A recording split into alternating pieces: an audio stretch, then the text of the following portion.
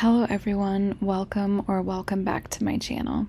In today's video, I'm going to share with you sewing patterns for spring-summer 2024 fashion trends. Now, I don't know about you, but I consume a lot of content here on YouTube about seasonal fashion trends, seeking inspiration, seeing what's new, what's coming back around. And so I thought it would be fun to look at a few of the key trends for spring summer 2024 and then match them with sewing patterns so that instead of purchasing these items, you could make them yourself. In order to kind of have a base to go off of, I'm going to be referencing the British Vogue post about 2024 spring summer trends. Most fashion publications have similar lists, and I'm not going to choose every single one. In particular, color trends, things like that, I'm not going to be pairing with sewing patterns, but I've picked out a few that I think are good categories to kind of work from. So the first trend category that I want to talk about is kind of like a 90s revival. 90s minimalism has been trending for several years and it's not going anywhere. Clean, simple, minimal, modern design with a lot of neutrals. British Vogue points out the prevalence of pencil skirts, tailoring, white shirts, boyfriend style jeans, and I'll show you a few of the images that they have pulled from designers. Kind of give you an idea. Very clean line, very minimal. A lot of these pieces are very classic as well. A lot of garments that fall into the category of 90s minimal are probably basic pieces that a lot of you already have in your wardrobe, such as a classic white button-up shirt, a pair of trousers, a pencil skirt, things like that. But if you're looking to make some of these pieces for yourself, I do have a few sewing patterns that came to mind specifically for this 90s revival trend. First up, I wanted to share with you a tailored skirt pattern. This is the Maker's Atelier maxi skirt, and I think it perfectly falls into this category of minimal, tailored, chic-looking design. It is kind of a classic shape. I wouldn't call it a pencil. It's a little bit more of a column shape. And it has a slit at the back and an optional slit that you can include at the front. It has a zip fly, a straight waistband, really classic, modern, minimal details, and I love this skirt pattern. This is actually a pattern that I'm currently in the process of sewing up for myself, so I wanted to include this one because I think its minimal, clean lines are very chic and very much on trend for this spring-summer season. Another sewing pattern that I think suits this category very well is the Closet Core Jenna shirt. This is a fairly new pattern, and I actually have a video that I made about the process of sewing this pattern, so I can link that below. But it's just a perfect, slightly oversized, a little bit longer line in the body, classic button-up shirt, and it has all of the features, the collar stand, the classic like button cuffs, all of the classic details of the crisp, clean, cool, just oversized enough button-up shirt. So I wanted to include that one for this category as well. Another garment that is sort of central to this classic tailored look is a blazer. And I've chosen the Fran blazer, which is a pattern by Bella Loves Patterns. This is a slightly oversized, more of a boxier shape. And it has all of the classic tailoring techniques and features. So it definitely fits that, classic tailored look that is currently trending, but it's also a really great sewing project to up your tailoring skills. It's fully lined. It has welt pockets, both at the bottom fronts as well as one on the chest. Yeah, it's just an absolutely stunning pattern. I've actually made this myself, and I do plan to make another version. So this is a great pattern one of those classic staple pieces that will stay in your wardrobe for a really long time and can be paired really easily with a maxi skirt, a pair of trousers, a pair of oversized jeans. Yeah, so I definitely wanted to include a blazer pattern as well. And then finally, the last pattern that I wanted to mention that fits within this kind of 90s revival is a pair of sort of boyfriend style, a little bit relaxed denim jeans. And I've chosen to feature the Heroine jeans, which is a pattern by Merchant and Mills. If you've been around my channel for a while, you know that I love the Anna Allen Helene jeans pattern, but that one has a very fitted, high-waisted fit. And I think that the Heroine jeans are meant to be a little bit looser. If you look at the finished measurements of the garment compared to the body size recommended, there's quite a bit of ease built into the pattern. And there's also intentionally extra length in the legs so that you can have quite a generous cuff. And I think that making these in like a classic blue or even a light wash denim would really fit this 90s revival trend. Okay, this next trend is one that I have seen so many people talk about, and it's been all over the runways, but it's one that I think is a little bit polarizing. You're either really into it or you're very much against it, and that is the short shorts, the very micro shorts, oftentimes worn underneath a transparent like skirt or dress, but then also often worn on their own.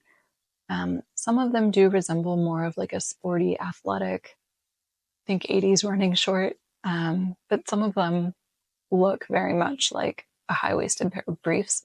So a little bit hit or miss this one, but I have seen it everywhere. And so I wanted to mention it and mention a few sewing patterns that I think would kind of suit the short trend. So the first sewing pattern that I found that I really like for this trend are the Maritime shorts by Grainline Studio.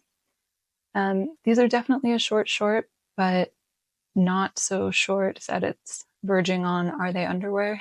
You know what I mean? I'll show you a few pictures here. It looks like a very minimal classic pattern, and I like the pockets. I like the clean waistband feature.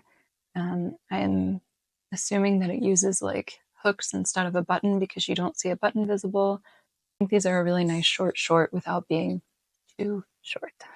Okay, so another pair of shorts that I wanted to mention are the Friday Pattern Company sport shorts. Now, these definitely lean more towards that like athletic look, like a pair of classic running shorts. But this is actually a free pattern, or it's kind of like a pay what you choose pattern, and you can choose to get the pattern for free or pick the price that you pay for it. But these are really cool. They have kind of a retro feel, and I think they'd be really great for scrap busting as well. So if you wanted to go more for the athletic vibe of the short shorts, I think these would be a great option. Finally, I did want to include, this is actually an underwear pattern, but I think that if you chose the right material, like a thicker opaque knit, for instance, you could definitely make these as a pair of micro shorts. Now, again, I know that's not for everyone, but if it is a fashion statement that you want to make, I think that this pattern would be very successful. It's high-waisted, full coverage. It would be great for layering under some of those transparent dresses and skirts that I mentioned before. And so this is the Anais Undies pattern from Closet Core. And I think that this would be a really great one to try as well, if you've never made lingerie before. So this next trend, British Vogue is calling white noise. And I know I said I wasn't going to do color specific trends because you can sew any garment in any color. But what I think is actually happening repeatedly with this trend is that you have a loose, flowy dress, and it's often transparent or made with like silky, flowy, lacy, transparent fabrics are being repeated by a lot of designers. And I think it would work really well as a layering piece. Yeah, I think it's interesting that choosing white or, kind of like that lace, what is it called? Embroider, what is that called? Embroidery anglaise? Is that correct? Um, I'll insert some photos of what I'm talking about, but I saw this all over. It seems that everyone is doing sort of a floral, transparent dress. And so I immediately thought of a couple patterns that I think would suit this trend really well. The first of which is the Robertswood Alysia bow dress. This pattern looks really interesting. It's made of lots of very small pattern pieces, so that's something to consider. But the result is really beautiful. It almost looks like stained glass. And I think that if you used a transparent fabric, this would be really stunning. And you could just wear like a simple slip underneath it. It's flowy. The structural lines are really cool. And I just wanted to mention this one. I've seen a few people over on Instagram making this dress, and I think it's a really cool design. So another dress pattern that I thought would work really well for this like feminine, flowy, kind of oversized dress trend is the Silver Saga Patterns Ella dress. This has a little bit of gathering and detail at the bust, and then it just kind of flows out, and it has large, long poof sleeves. And I think that this could be really successful done in one of those transparent floral fabrics and layered over like a white slip or, the white micro shorts if you're feeling bold. But this is a really beautiful, really elegant, really feminine dress pattern. And I think it fits that trend really well. Okay, the third dress pattern that I found that I think would work really well with a transparent floral or lace pattern is the Christine Haynes Verano tank and dress. So you actually get top option as well.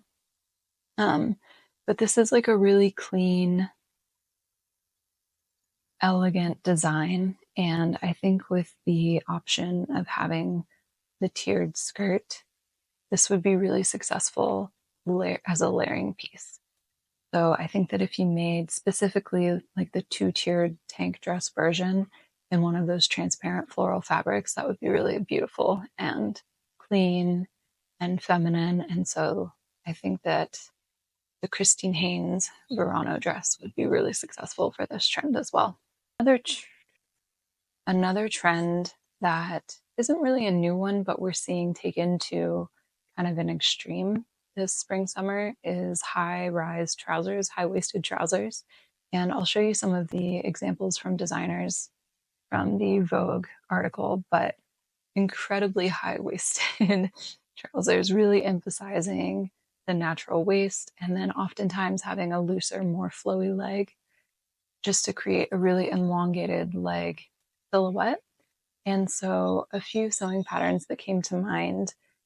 Initially, my first thought was my favorite trouser pattern, and that's the By Hand London Jackie trousers. Now, these are meant to be unisex, and so if you fit the waist, they will sit at the natural waist and then have the high-waisted trouser long leg line. But if you fit them at the hips, it would suit a variety of body types, which I think is a really cool design. And it's just a very classic pleats at the front, a straight waistband, very wide leg, quite a straight leg as well. And so I thought that this was a really good trouser option. And again, I like the variety of body types and sizes that are suited to this pattern as well. Another trouser pattern that I wanted to mention is the Closet Core Mitchell trousers, named after Joanie Mitchell. And these are a little bit more feminine. They have a really cool kind of clean front detail. And one of the versions has optional kind of like side ties where you could cinch in the waist as well. But there's also a tapered leg version. So I think that these would be a great option if you wanted to have a little bit of a different leg shape and still keep that high-waisted long leg line. And then the third trouser pattern that I wanted to include for this trend are the Prota Pants by Paradise Patterns. Again, a really classic design, a pleated front, or they have an option without pleats, a really long, wide leg, and sitting at the waist gives you that really modern, chic, flowy, long line silhouette that this trend really exemplifies. So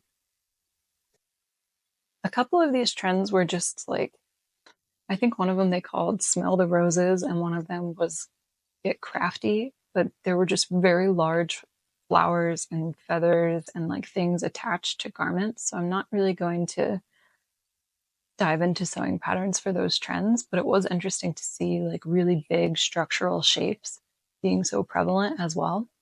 But the next trend that I do have sewing patterns for, they have deemed Polo Club. And so, you know, a polo shirt, a really preppy, kind of sporty look is really coming back. And so I have found a couple that I think do this trend really well. The first one is the No Me men's shirt and trousers. And this is a classic polo neck shirt with buttons at the top. It is for men, but a lot of these are being worn in an oversized way on the female models. So I thought this would be a really good pattern as an option if you want to make a classic, a little bit roomier polo shirt. The trousers as well fit this like chic athleisure kind of preppy feel as well. So I wanted to mention that shirt. And then also the Juliana, I'm just going to put the name on the screen because I will probably incorrectly pronounce it, but Pippa Polo Shirt. Let's say that part. So we'll say the Juliana Pippa Polo Shirt. Again, a very classic polo neckline with the buttons. This one has a long sleeve as well. And I think the striped fabric suits this trend really well. You could also easily make it a short sleeve if you wanted to have a more summertime option. And then I also saw a lot of tracksuits and like very athletic looking track jackets, zip up jackets. So I found this. It's the McCall's Men's Sportswear M8441. And again, it's a men's pattern, but these are worn in a very oversized, kind of boxy way. And so I think that would be very easily worn on a female body. So yeah, the track jacket and the pants both fit into this preppy polo athletic trend as well. There's one more, actually. I do have one more polo shirt. The Fiber Mood Amber Top. This one's really interesting. The fabric that they've chosen to use is really interesting texturally, but it has a little bit more of like a grown-on sleeve, and so it creates a little bit of a boxier fit, but another good option for that polo button-up neckline. The last trend that I want to feature is that of metallics and specifically really slinky, shiny fabrications. A lot of these dresses and skirts are cut on the bias. They really cling to the body in kind of like a silky, shiny metallic way. And so while it is a fabric trend, I think that there are patterns that are really well suited to this style and to these fabrics. So I've highlighted a few. The first that came to mind is the Sew Over It Selena skirt. A simple cut. It has just the front and the back and then the small piece of elastic at the waist. So I think this would be a really easy sew. And I think it would be really successful in one of those silky, slinky, metallic fabrics. You can see that they've styled it with this kind of rose color as well. But if you did it in a silver or a gold, very well suited to a metallic bias cut fabric. And then I also found this is a Vogue dress. It's the V2008. And you can see from the product styling photos that they have made it up in a very shiny, very metallic looking silky fabric. And I thought that was just really beautiful. And I think if you have maybe like a wedding or something coming up spring, summer, that this could be a really fun project and definitely on trend for the metallic trend this spring, summer. And then I also wanted to include the Leah bias dress, which is by Soften Studio. Being cut on the bias, if you used one of those really slinky metallic fabrics, it would drape really nicely over the curves of the body, and I think would be another really good option for that trend. So I hope that that was interesting. I think it's a lot of fun to go through what's being put out on the runway by fashion designers and then looking at the home sewing world and what's available to home sewers and seeing how the majority of these trends are things that we can make ourselves is really cool. So I hope that that was interesting, and I hope you feel inspired to try something new and incorporate into your handmade wardrobe maybe one or two of the spring summer trends for 2024. Thank you so much for watching. I hope that you're doing well, and if you enjoyed this video, please do consider hitting that like and subscribe button below, and I will see you in the next one.